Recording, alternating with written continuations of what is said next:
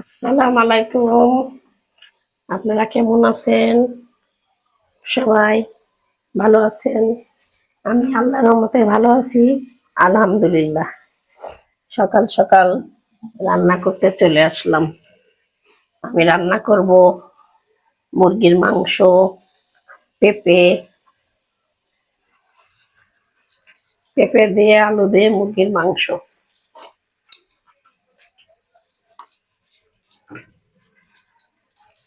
মুরগির মাংস দিয়ে পেঁপে দিয়ে আলু দিয়ে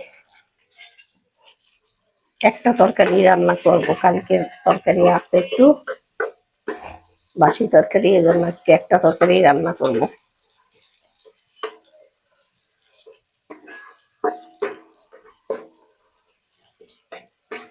এজন্য আমি একটা বড় হাঁড়ি নিয়ে নিছি। ভাই বোনেরা, আপনারা সবাই কেমন আছেন? ভালোই আছেন নাকি? আল্লাহর রহমতে। আমি এখন তেজপাতা দিয়ে দিলাম, দারচিনি এলাচ দিয়ে দিলাম একটু।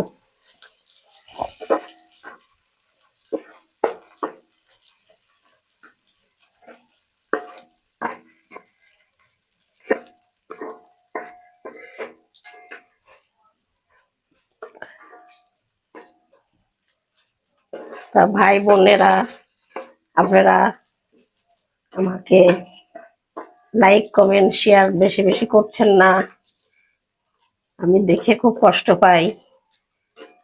আমি কষ্ট করে রান্না করি, আমাকে লাইক কমেন্ট শেয়ার করবেন, সাবস্ক্রাইব করবেন, আমার পাশে থাকবেন।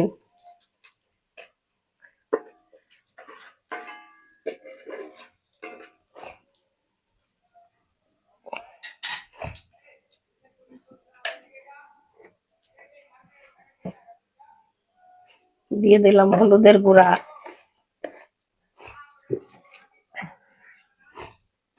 শরীরটা ভালো না, হাঁচি হচ্ছে, শুধু নাক সুরসুর করছে।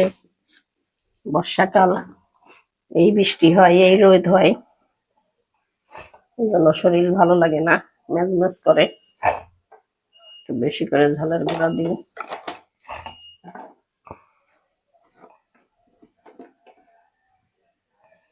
জিরার গুঁড়া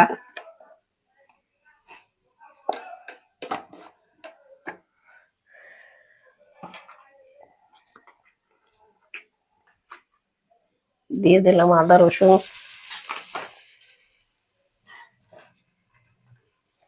আমি এর মধ্যে এখন মুরগির মাংসটা দিয়ে দিই।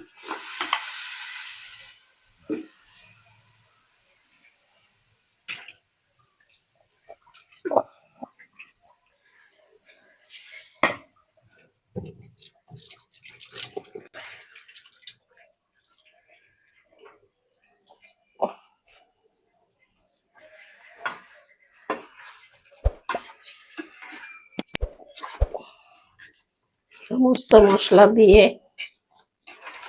এখন আমি কষাচ্ছি।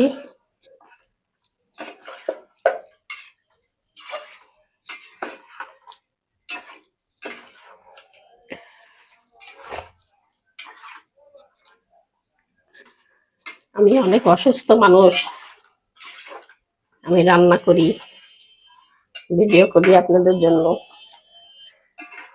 আপনারা দেখে আমাকে লাইক কমেন্ট শেয়ার করবেন, আমার পাশে থাকবেন।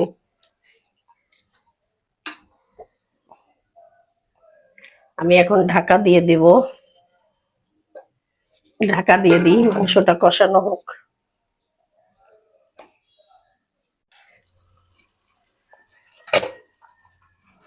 আমি মুরগির মাংসের মধ্যে পেঁপে গুলো দিয়ে দিই, না হলে দেখা যাবে মুরগির মাংস তো তাড়াতাড়ি গলে যাবে। এই জন্য একসাথেই কষাই। কষাই আমি পরে ঝোলের পানি দিয়ে দেবো, নাহলে মুরগির মাংসগুলো গলে যাবে।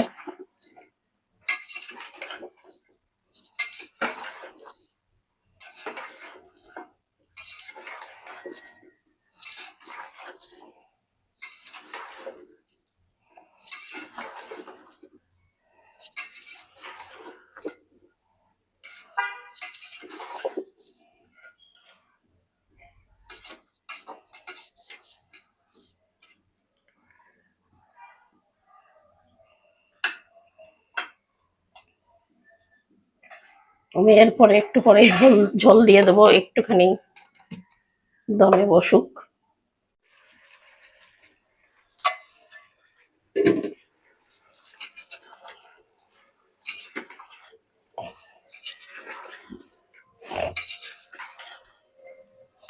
আমি এখন ঝোল দিয়ে দেবো মাংসগুলোর ভিতরে।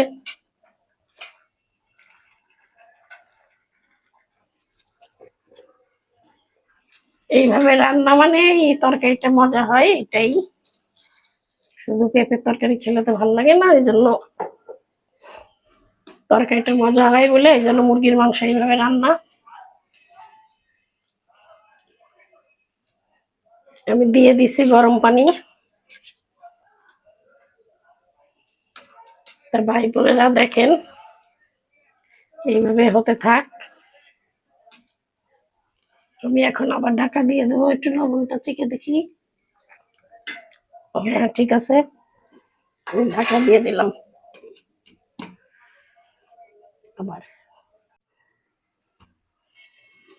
আমার তরকারিটা উঠাই দেখি, তরকারিটা হয়ে গেছে।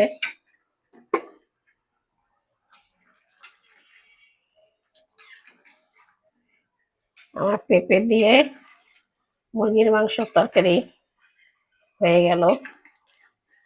আমি এখন নামিয়ে ফেলবো। আলু টালু সব গলে গেছে।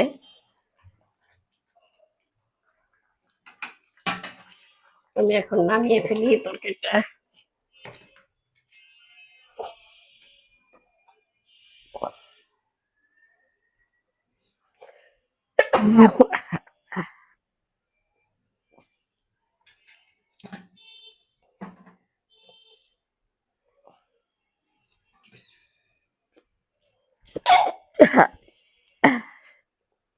হাঁচি, ঠান্ডা লাগছে। তা ভাই বোনেরা, আমি এখানে শেষ করলাম। আল্লাহ হাফেজ।